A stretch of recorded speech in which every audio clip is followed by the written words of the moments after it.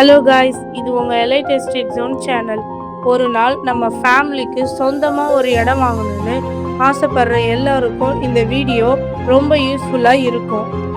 இன்னைக்கு நம்ம காட்டாங்குளத்தூரில் இருக்க ரெசிடென்ஷியல் ஃப்ளாட் பற்றி தான் நம்ம இந்த வீடியோவில் பார்க்க போகிறோம்.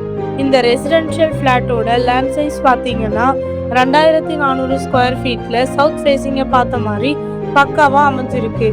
அது மட்டும் இல்லைங்க, இந்த ப்ராப்பர்ட்டிக்கு டிடிசிபி அப்ரூவ்டும் இருக்கு.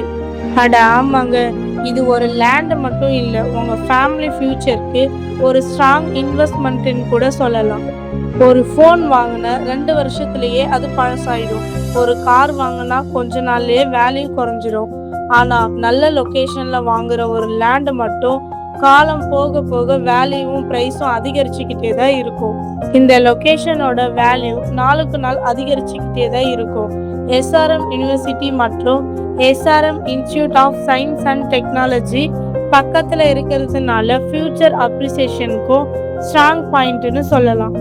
எஜுகேஷன் ஃபெசிலிட்டிஸ் இருக்கிற ஏரியானா எப்பயுமே டிமாண்டட் குறையவே குறையாது.